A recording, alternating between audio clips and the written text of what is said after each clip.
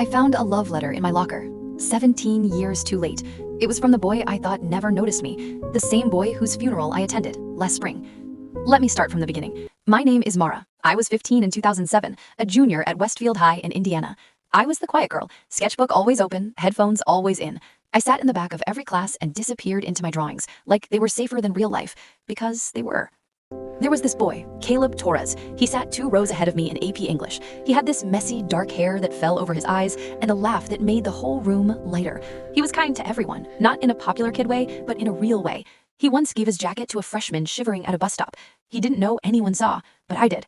I loved him in complete silence for 2 years. I never said a word, not once. I convinced myself he didn't even know my name. So when graduation came, I walked across that stage, drove home, and never looked back. I moved to Chicago, built a design career, dated people who were fine, but never right.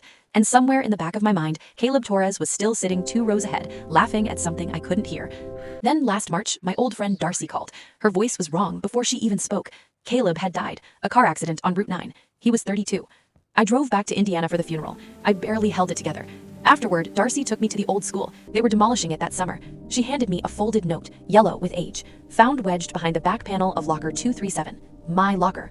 I opened it in the parking lot. It said, "Mara, I've been trying to say this all year, but I can't get the words out when you look at me. You're the most interesting person in this whole school, and nobody sees it but me. I think about your drawings. I think about you. I'm putting this here because maybe paper is braver than I am. Caleb." He knew my name. He saw me. He chose me, and I never knew. I sat on that curb and I cried until I couldn't breathe. I keep that note in my nightstand now. I read it when the world feels too loud. It doesn't fix anything, it doesn't bring him back, but it reminds me that being invisible was a story I told myself, not one he believed.